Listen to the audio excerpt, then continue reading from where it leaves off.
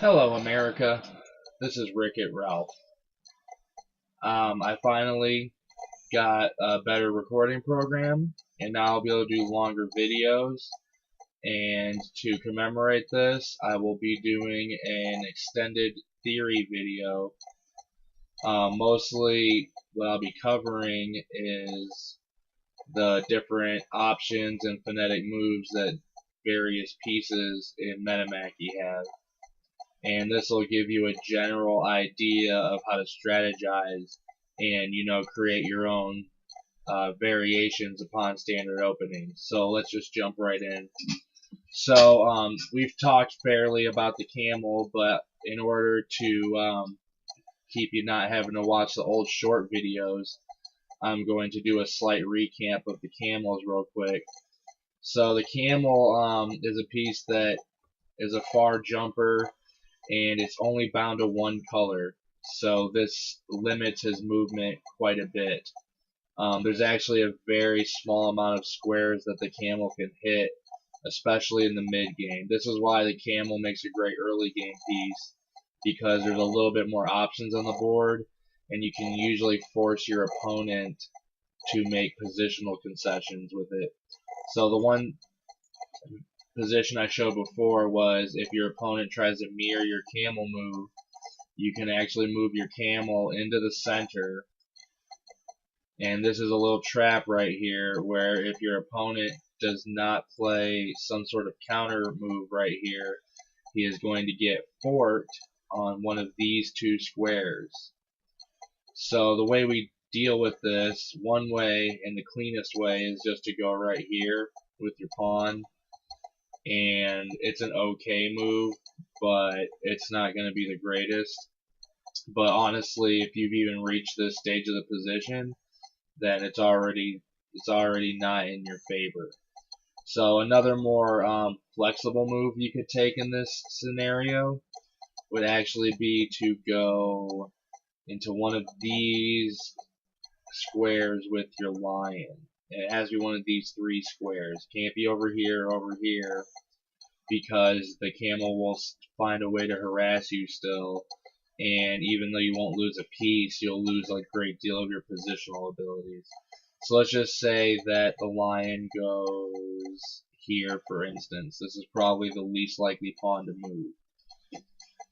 So this is how a standard camel maneuver would start off in the beginning of the game. And from here, the camel doesn't have to move right away. But if we just look at some of the options that the camel has, the camel could go here. And if we look at the future move after this, then you see that the camel starts lacking prospects immediately. We could go over here, and it's pretty much the same scenario. The camel doesn't really have much to do. Or we could go here, and the camel will be somewhat active, but will still have little influence on the position. So as you see, the camel starts off with a lot of options, and generally his options become more and more narrow as they go. So in a position like this, you got to ask, where is my camel going to go? I mean, surely I'm not just recommending a horrible move, right? While there is a good place for your camel, one of the easiest ways is just to go up here with your pawn, with the intention of protecting the camel with your prince, so that when you do need to move it back, you can retreat. But the other thing to take notice is that the camel doesn't have to move just yet. So the pressure that he's putting on this position is just fine. But you have to realize that eventually the camel is going to need to move, because it's in front of the pawn structure and it just will not do for the future. So this would be one idea. So let's say the opponent makes a random move. Let's say he goes here, just wanting to create a counterbalance. So you go up here, and then let's just say, for sake of argument, your opponent tried to kick you, which this is a possibility. Some opponents are very aggressive, and some strategies like this can actually pay off. So it is good to note that the pawns can make early advances if there's pieces to support them. And in this scenario there would be, because the lion is out, the bishop can come up and protect, and you have the eagle, which could be accessed simply by moving the prince to the side if necessary. So when this happens, we could just go back to our starting square, but that's boring. We don't want to hem out the knight, and we don't want to be caught out here in the center with our camel. So the important thing about a camel to remember is after it takes its initial journey, you want to find a nice luft for it. And a luft is just a chess term for a covey or closed off hole to place your piece to keep it safe for an extended period of time. So we would put our camel here, and this would just be a general idea of one way we would maneuver with a camel. So if you notice, we have forced the opponent to bring out his lion early and hem in one of his pawns, and we've even caused him to become so brazen that he even pushes his pawn. And this would be one example of how to maneuver the camel to get a positional advantage. Now, we go back.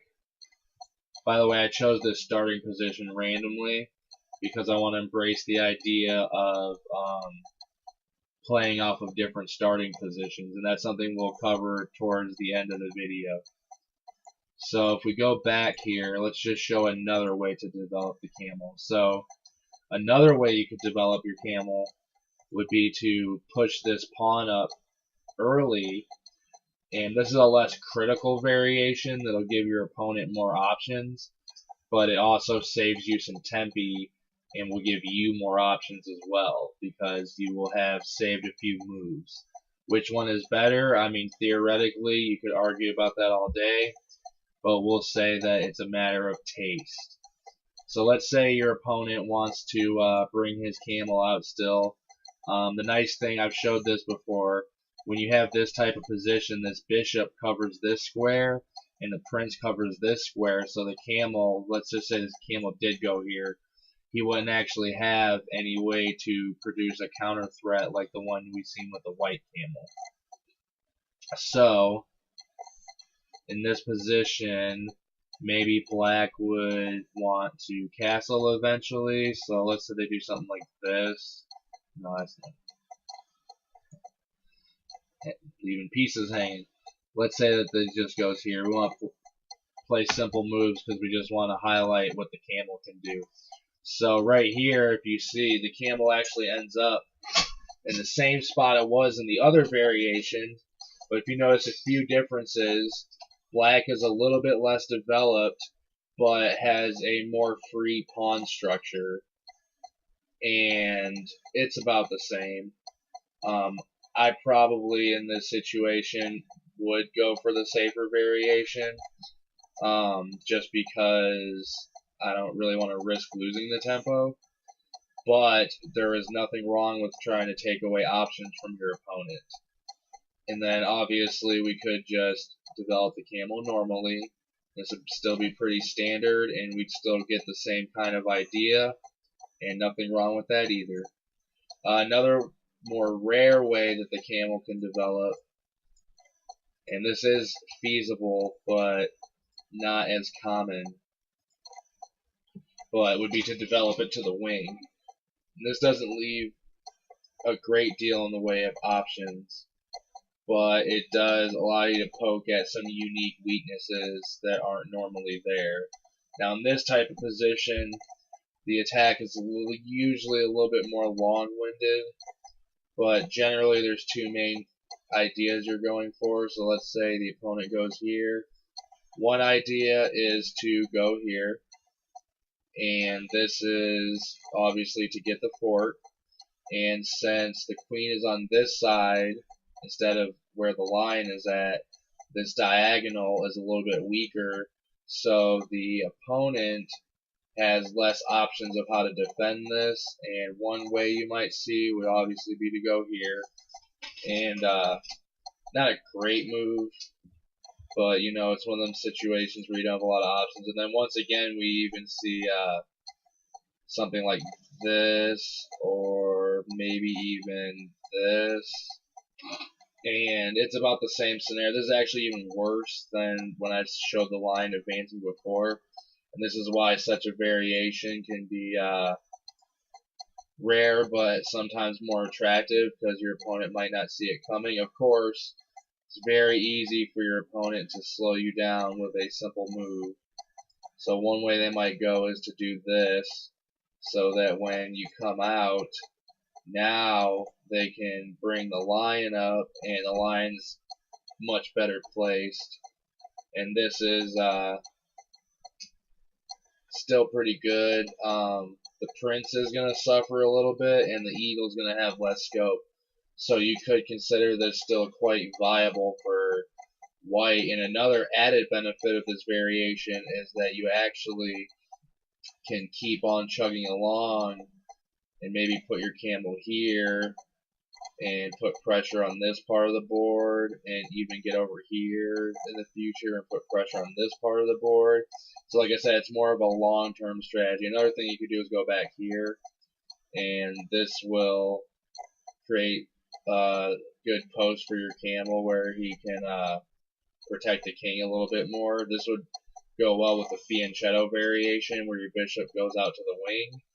And when it comes to camels, you usually just want to give them a quick jump and just find their post really quickly. So the other thing, this is a very long-winded strategy. So let's say your opponent comes out with the camel again, right? So another thing you could do would be to bring your elephant out, and let's say your opponent's not playing on the wing and they just want to develop their center, right? So you go here, and they make this pawn move, they have to protect, and all of a sudden we have a nice double threat on this square right here because the elephant was moved out, and we can make a move like this, and a lot of pressure goes on the wing and forces them to commit something over here. So let's say they just go here, still protected. So I made a prince wasn't supposed to be back that far. Variation should look like this, actually. Here we go. So go here. So we got a positional concession, and we are able to find a unique square for our camel. Goes here. It's not going to get harassed in the near future. It's actually pretty solid. So let's say they do want to harass it. We just go here, advance, and got a love for our camel. Isn't that nice? So this is just the basic idea of how to use a camel, and just having this knowledge will unlock some opening theory for you, because camels are the #1 forcing piece as far as in the opening game, since they can actually force moves out of your opponent within the third or fourth moves, so sometimes even the second move. So that's why the camel is a big focus of a lot of my theory in the opening game, because forcing moves narrow the options and make it a little bit easier to play with your opponent and not have to guess. So we're gonna completely restart. We'll just pick a random position, so we got a high king. So now we're going to cover the elephant and how that relates to theory. So the elephant is a very, very slow piece. Because it can jump over pawn lines, this makes it very powerful playing off of outpost or behind the pawn structure, which it can switch between seamlessly. So one example of a very basic elephant maneuver would be move this pawn up. And if you notice, the camel and the elephant tend to share a lot of their initial development squares, which is why another reason that you want to bring one of these two pieces out early is to ensure that your wing won't be clogged up later in the game. So we'll just mirror the move for now. So you go up here, your opponent goes here. So the idea with this would be to bring your elephant up, which is normally the only starting square for an elephant, and you would then jump behind your pawn structure and go right here. So this is a very standard development move for an elephant. It's very solid. It's not very aggressive, so this is not for those who want a critical opening. This is very systematic opening where your opponent can't really stop what you're doing, and that's the appeal of it to an extent. And this is kind of nice because also if you note the cannons are immediately putting pressure on the position. So this helps with creating some critical lines. And the elephant is also very nicely placed to defend the king and possibly come in with an attack later on the game, which is nice because they are slow moving pieces, and if you can get a piece that slow into a harassment situation, it could be very advantageous for you. So we'll show another common way the elephant tends to develop. So another common form of development for the elephant might be to move your pawn up here. This would tend to happen more in positions where your king is backwards, but don't be scared because even with your king high, it takes some time for the opponent to really crack your position. So you don't really have to be worried. So let's be a little bit more critical and say the elephant or the camel is coming over here to cause some chaos. And the elephant moves out. So the camel wants to assault right here.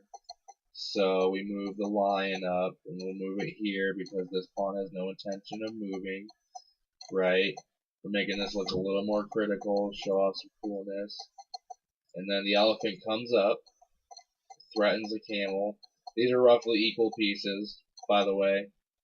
So no point in retreating that camel so far. So maybe the opponent does something like this, and then you go here. And this is another common development spot for the elephant. And this one's a little bit more aggressive and does waste a little bit more time, but this will give you a lot more of a centralized position where you can look to make some pawn breaks pretty quick in the game. Another cool benefit of this is that in certain positions where maybe you're advancing this prince pawn, you'll have a battery, but it will only be on the wing. But this is still a pretty good diagonal that you want. So moving on, those are the two key forms of development for a camel. I will show a very, very uncommon form of development, which is honestly just a desperation type move. And this would be to go here with your camel and then to move your elephant backwards. Now, you don't tend to do this in normal games. This would be something that would generally happen in the middle to late game, or in a situation where you just really need to move your elephant, but you have no other square for it. But it's still viable.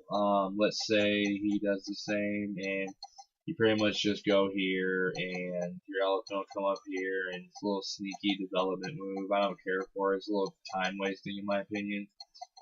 But the first two are probably the most viable forms of development. Another idea with your camel that's more advanced would be if you so if you go here, and I've showed this is my two bishops opening that I've showed before in previous videos.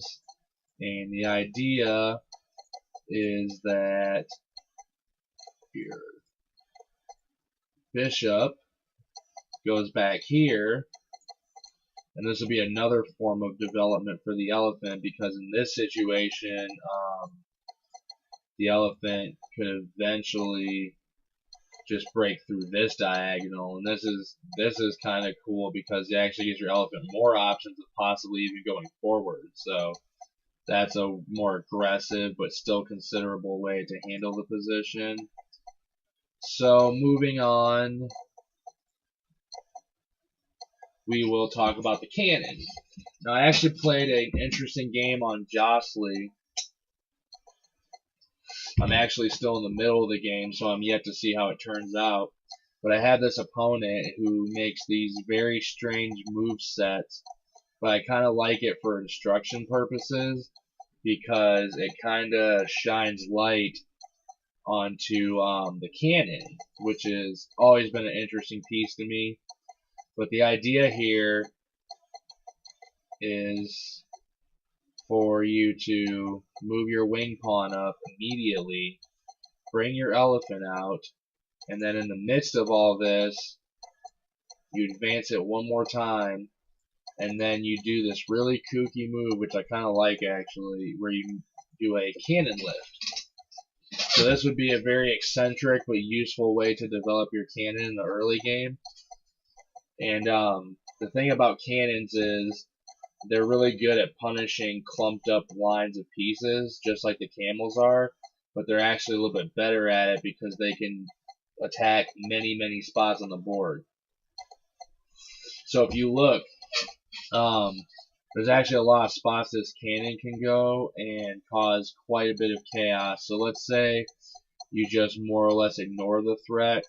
Well, it's already looking kind of sketchy because your cannon goes here, and what do you even do against that? I mean, he's threatening your queen. What do you do? I mean, that's pretty tough, right? So we have a lot of problems with this cannon coming up, and you almost have to see this coming in advance. So I thought of a creative way to defend against it when the opening came up, and my idea was to bring the lion out so that you could block any move that the cannon makes in the center. And it's kind of a kooky opening. When I did it in my game, it looked a lot cleaner, obviously. So another thing to note is that for purposes of blocking, the cannon's not going to want to oppose another cannon line. So you're obviously going to want to move this elephant out and create one less threat for the cannon. So let's say he goes here in this situation. Well, there's actually a little kooky thing you can do right here, and it seems counterintuitive, but you just move your lion in front of the cannon, and now instead of the cannon wanting to take a queen, it's going to take a pawn instead. So this makes it to where the cannon has less options, because let's say now that the cannon tries to assault like this bishop, let's say, maybe he doesn't necessarily, actually let's do a piece he actually wants to threaten. So let's say he wants to threaten the rook, right? Rook for a cannon's pretty good trade. So, you know, you just keep on blocking, and now the cannon can't get through here. This is the idea that I'm using in this game, which is a melee move game, might take a while. So as you see, it's not a cure-all opening. But this is one interesting thing you can do with a cannon. If this is timed properly, you can cause quite a bit of damage. I mean, you could say that black has more development, but what's black going to do in terms of pawn structure in this situation? Because now I can just go here, and yeah, black's going to develop. So let's say he goes for castling. But then we got this situation, so now I'm threatening this cannon. Cannon pretty much has to take. I mean, you could just go here, I guess, but that seems like no fun either. So take, and now there's a clear line right here, and you're just taking some of the pressure off of the board. And this is the castling side, so the king might be a little bit more vulnerable too. Moving on, we'll look at some other things that cannons can do to develop that are a little bit less crazy, and we'll do a more solid position. A really easy development for the cannon, and it's just pretty simple and straightforward, is to just slide it right over, and you can pick almost any square. It's a very option piece. I like this line because it usually touches on some critical spots on the board. So this is probably the most common way to develop your cannon. Besides trying to trade it off on the wing, that would be your next option. So this is probably the simplest form of development. Now one thing we got to understand about the cannons, from a theory perspective, is that when they are behind pieces, they actually bear pretty much the same power as a rook, as far as controlling lines and just putting piece pressure. But once the cannon takes, it can no longer have this power unless it has something else to jump over. So when the cannon does take, it usually wants to take something really valuable, and it doesn't want to stay to find out what happens next. You want to get that cannon right back where it's safe, and that can be difficult to do. So I'll just show you an example of this. And let's just say, for sake of argument, that I try to go after this pawn, and let's say my opponent gambits this pawn. Well, in this situation, the cannon actually gets harassed quite badly. I mean, as you've seen before, I mean, maybe it goes for this lion, that's no good, right? So, goes for, and actually that wouldn't even work because it get taken anyways. So as you see, like, even though the cannon snatched up this free pawn, the cannon's kind of just hanging out there, and like you try to move it back, and it could just get harassed by so many different pieces on the board.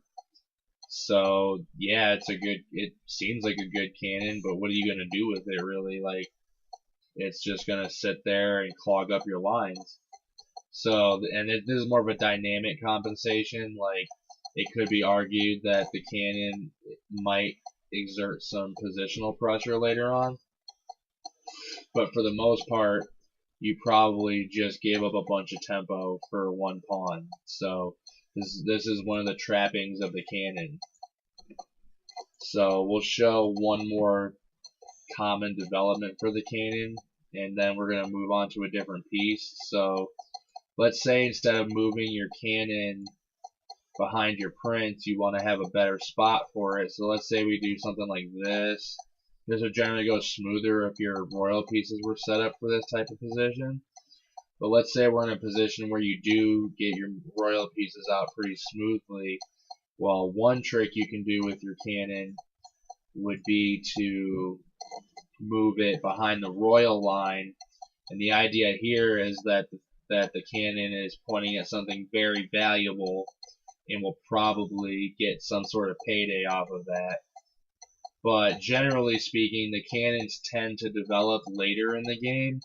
But I just wanted you to have an idea of what you can do with a cannon so that you know how to employ it properly when the time comes. So the next piece we'll talk about developing is the prince. Now the prince has very limited development options for the most part, because due to the fact that it's very slow, and a lot of the spots you would want to put it are actually clogging up other pieces. So you've seen it. The most common one that I do is to just push the prince forward, but sometimes it's actually better to keep your princes next to your king. So as far as development speaking, let me just set this up for you.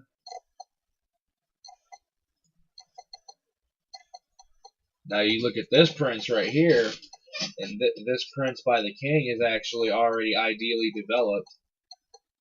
It's protecting the king, and since it's a slow moving piece with very little distance power, and it has good mobility as far as options, but it's very slow. So why waste all the time trying to develop something so slow that can get mercilessly harassed? So ideally, you've actually already found the best spot for this prince. So this is a common theme in Metamachy, is to use at least one of your princes as a defensive tool, and they tend to make great defensive tools in the beginning. So another thing that you really want to do with your prince is use it to support your pawn front. So wherever that pawn front might be, let's say we want to clear this line for our cannon. So we move this pawn. This would be kind of a kooky opening. But let's say we want to shake things up a little bit, and we move our prince right here, this is totally fine right here. There's no reason not to do it. Now the key is when you advance your prince, you want to try to bank off that double move to get that extra tempo. So this is somewhat long-winded, but like a general idea would be to go here, and then let's say your opponent goes here, then you go here, and then let's say your opponent goes here. We're just making moves. So you can move your prince up like that, and you've actually secured a stable pawn front this way, allowing you to make some progress and gain some space. So your princes are really good at supporting pawn advances in this way because they can move at the same speed that a pawn does. And this allows you in this position to develop all of your queenside pieces very, very smoothly. So I want to show you this because the value can be lost on some people of how much free space you really have. Like, I don't have to make any weird maneuvers, and there's no way the prince is going to make any good kind of threat. You could offer this, and I'm still sketchy on what's more valuable between a prince and a bishop, but I feel like the prince is probably slightly more valuable still. But as you see, like, not really much he can do. I mean, you go right here, he takes, and just look how smooth the development is. I mean, there's like no way for him to really shake you, and your pieces come out really, really nice. You even have a nice square for your bishop, and I've covered in other videos that bishops can be very difficult to develop. So this is a nice way to have gone with your development. And you wouldn't get this benefit as much with your prince over on this side because you wouldn't have as much support here. But it is possible still to just move your prince up 2 spaces. But this is just a creative way you can use your prince to support your pawns and get a really nice, interesting attack going. Moving on. So now we're going to cover the knights a little bit, and the bishops and the rooks. And we're going to compound these because standard chess players mostly know how to develop these pieces already. But we are working with a Metamachy board, so it helps. So one thing I want to cover with the bishops is fianchettoing. And I always say in Metamachy, when you push for a fianchetto, you push 2 squares forward. This is a necessity because this camel has the ability to harass this bishop once it's fianchetto. So if we look right here, normally this camel will be able to come down and harass the bishop and put it in an awkward position right at the beginning of the game. But since this pawn was right here, that's not happening. So that's why we always do that, because there's really just, it gets really ugly. And I actually played a game recently where somebody did this 1 square fianchetto. I just want to show how bad this really is. I mean, I'm not exaggerating this one. So if we look, like, first of all, the bishop just got evicted from its nice loft, so that by itself is just awful. But then if we look at this pawn is actually even worse, because not only did it not do its job of protecting the bishop, but to make things worse, that square that the pawn just took happened to be the key squares for both the camel and the elephant, and just how are you even going to develop these pieces? I mean, look at this. This is just ugly. Like, do you really want to develop your pieces this way? I don't. So just look how sloppy this is. So that's one thing to cover with the bishops.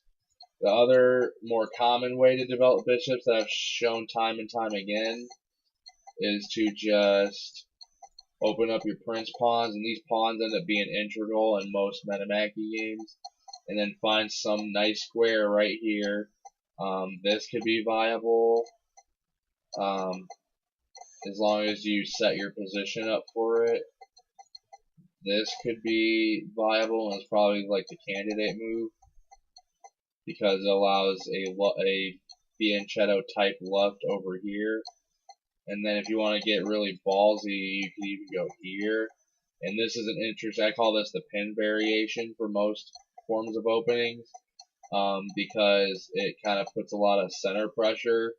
And if your opponent wants to try to ignore you, you can put the theory to the test and try a trade like this.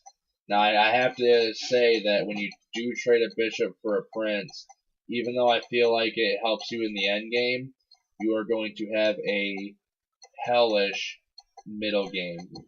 So expect lots and lots of fighting in the middle game, because whatever square you just gave up with that bishop is going to be difficult to defend. So if this light square bishop got traded, it would be difficult for me on the light squares during the fight, and I'd have to play around that. So then we'll cover another interesting way that bishops develop, and this is more long-winded. So one way that bishops can develop is actually in the center, and this is actually a very good form of development. It just requires a lot of patience. So what you end up doing is moving your bishop up like this, and this puts a lot of good pressure on the position and puts the bishop behind a pawn. And then you can actually end up doing it with both of the bishops if you choose. Now the only downside to this is that you're going to have to spend a little bit more tempo making your king safe generally, if you want both bishops developed in this manner. But if you only want one bishop developed this way, you could still maintain pretty good king safety in this type of position. I mean, you probably never see a position quite this symmetrical or perfect looking, but I just wanted to show like a good square for the bishops. And remember that a lot of the movement is symmetrical in Metamachy, so like generally, with the exception of like adjustments for your king castling position, pieces will tend to develop to their opposite squares on the opposite side of the board. So let's cover knights a little bit. Now knights have a lot of options. So, and their options do not diminish like camels do. So the ways you could develop your knight are practically limitless. So I'm just going to cover the basics of it. So the basics of developing your knight is you don't want to develop in front of a pawn unless you're doing it on your castling side. So this would be a perfectly acceptable form of development. Actually, let's do this. This would be unacceptable because you blocked out your queen side unless you're going to castle here. But queenside castling can be risky in this game.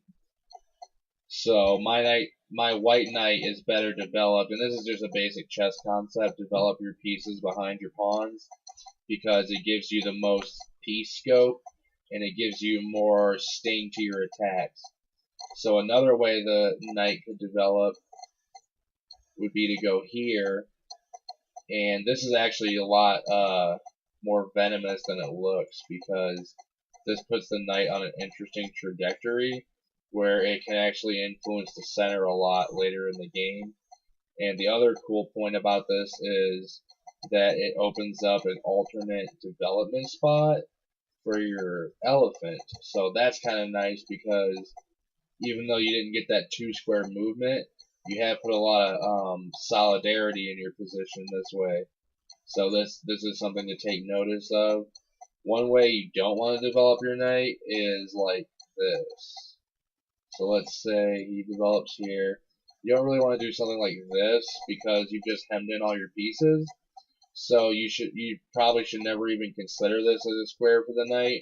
But if you are hell bent on doing it, I strongly suggest that you get your prince and your bishop out of the way first, so that when you do develop it, you're not blocking any pieces. But even in this position, just take note that even now you're blocking your eagle. So do not put your knight here unless it is absolutely essential to your specific position. You can count that as a disclaimer. So, and then rooks. Now the thing about rook development is that rooks, first of all, should not come out in the early game at all, because they will probably just make things bad for you. So what you want to do is, usually there's two main ways, and the first way is really long and drawn out and involves a lot of clearing your line. So it'd be something like this. This could play out so many ways, but generally, like, a good way to develop your rooks is to just advance your piece fronts to the point where your rooks eventually connect. And I could do this a lot cleaner, but I'm just showing what it looks like. So we got our rooks right here. Another trick you can do with the rook too that I'll show is to put it next to your king and then castle over it. So kind of like a chess castle, but slower. But the key is you want your rooks to be connected in this type of position. Obviously, like, this is a horrible position probably, but I just want to show if you did this gracefully, it would actually work out quite nicely for you, and you would end up with a pretty solid structure with well-connected rooks. And now we got connected rooks. So, but I'll show a little bit of a more practical way to develop your rooks. And like I said, this will be very long-winded. But let's say we do something like this. And this is a more direct approach to developing a rook that actually is practical in a real game. So let's say we go here, he blocks, bring your knight out, he brings, let's say, his bishop up here, and you go here. So this is a more practical approach. The idea is that when your king castles, you don't want your king in the way of the rooks, because once you do develop all your pieces, if your king is in the way, then your rooks won't be connected. Now, having connecting rooks isn't necessarily that important either. So let's just do a quick contrast. So white castles here, black castles here, and white definitely has more play, but black could actually make some use out of this rook himself. So let's say that the king goes over. This king's actually fairly safe for now, and a move like this would be perfectly fine. And you can see that with some dedicated effort, this rook will actually get some play in this game right here, and this can be quite annoying. So it's not that this rook is useless; it's more of a matter of taste. So now we get to the fun part, and that's royal pieces. I saved this for last because one thing we're going to have to talk about is the starting positions of these pieces, which heavily affects their development. So the first thing we'll talk about is the lion, because he has a lot of options, and I just want to get out of the way. Now, generally speaking, your lion does best when it's high. So you don't really want your lion low against the edge of the board, because his influence on the game is just minimal. So it tends to be better to keep the lion high. So as you can already see, the lion starts off with a huge amount of options, just huge. But generally speaking, there's a few guidelines you can follow for the lion. First of all, you need to maintain a distant opposition to the opposing lion. And for those of you who don't study in-depth chess theory, opposing opposition is something that mainly concerns kings in normal chess. And the idea is to oppose your king from a long length, so that when the pieces eventually meet up, that you will gain the opposition advantage. And the opposition advantage is where the pieces, let me just show you, where the pieces have intersecting zones, but they're not touching each other. So if we look at this lion can't touch this lion, and this lion cannot touch this lion, so they're opposing each other because neither one can advance. So what a distant opposition is same concept, except that you're keeping this same pressure from a distance. So moves you want to avoid in this situation, let's say that your lion goes here and his lion goes here. Well, I don't really want to move. I could move straight forward. So let's say I move straight forward, but then his lion goes here. This is something you want to avoid because now he's got his lion on the opposite side and he's closer to the king. So during a middle game situation, this could get you checkmated. And I'm not exaggerating this at all. I actually won a game like this where I was able to dodge a lion, and because he didn't keep opposition, and he ended up getting checkmated because he didn't have his lion in place. So one concept with developing your lion is to first find a good home for it, and generally just straightforward is a good spot if you want to just keep it simple. And this gives you a lot of options and allows you to maintain the opposition. So let's say the lion does go here. In this situation, you're blocking the king, so as long as you don't go to the queen side, you'll be fine. So like, even a move like this would be viable, but then even better would be to like just straight up oppose it. And you just want to keep this concept of the lions fighting each other. So another creative spot the lion can develop is actually in front of the king, or whatever royal piece is there at the time. This is also a good option, very solid. And then we'll touch on the last spot. This is more of an eccentric spot to develop, but this actually does good in openings where you want a queen side advantage. So the idea here is actually to bring your lion right here. And now you notice it blocks the knight off. Now there's two remedies for this. The first remedy is the simplistic one, which is just to develop your knight to a different square, and this is perfectly fine.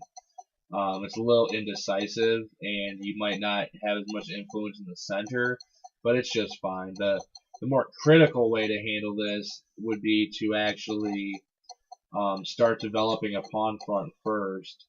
And I like to point out that I generally delay my prince moves because sometimes you don't really want to leave the prince out there as a hanging threat. So let's say we just go here, and we don't really need the prince either because the lion is doing the prince's job right now.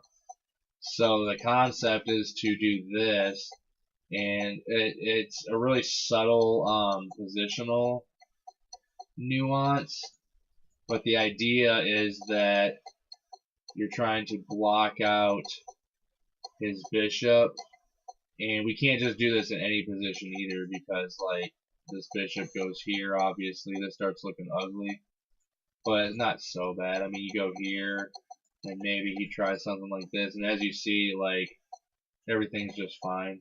So you take, maybe he has an advantage there. Don't have to take. You could bring your own bishop up and just go into a bizarro mirror position. But yeah, this is one of the moves where you have to judge it by the position. But I've done it successfully in many openings, and it's pretty solid spot for your lion. But generally, the lion has a similar concept to the prince, where it does really good behind pawns and just as a defensive piece, especially in the beginning. But the difference is that if your opponent ever oversteps his boundaries, the lion will be able to punish that.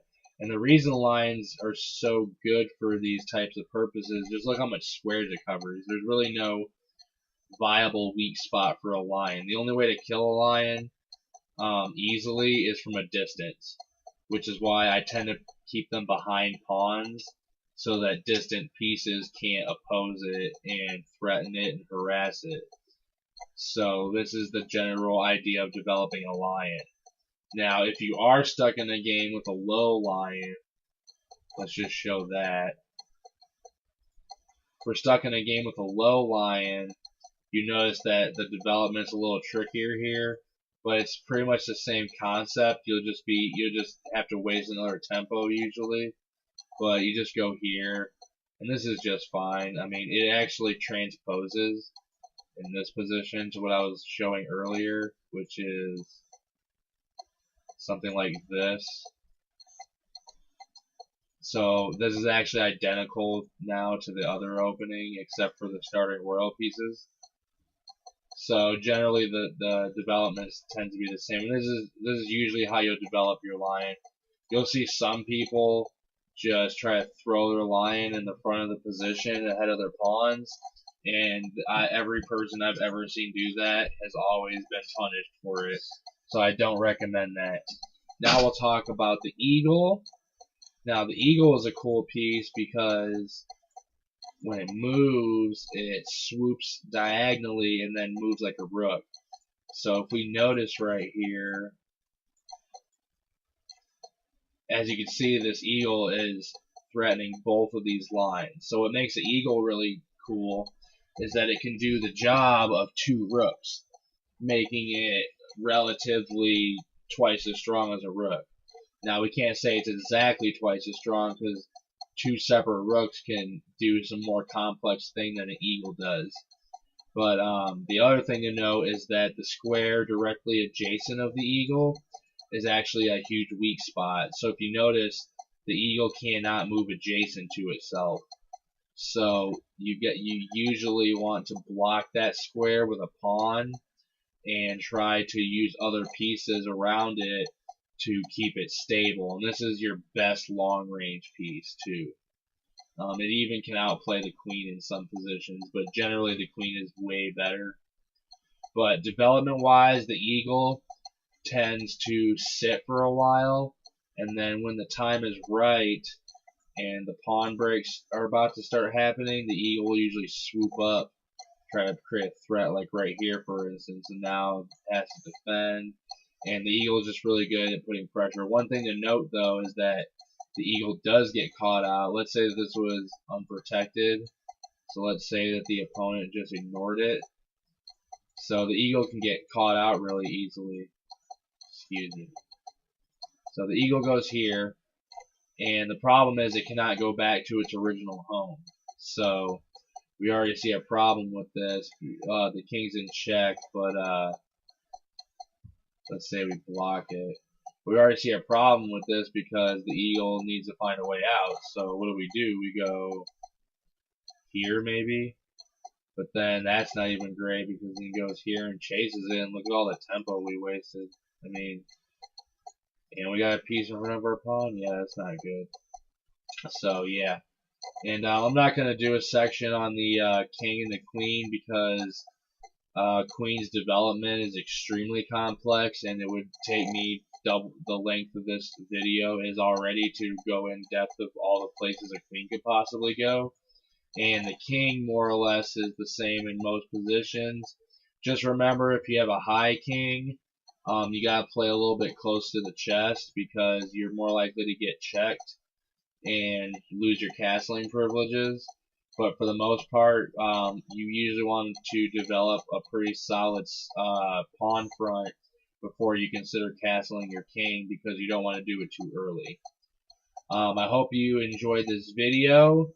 Any comments to improve the quality of the video would be greatly appreciated. I know I kind of drone on sometimes, so just let me know what you think, and if there's any specific topics you want me to cover on this subject, I'll be happy to do that, and I will be releasing some opening videos in the future, which will be much more entertaining. I know how boring theory is, but it's something good to know. So yeah, have a good one.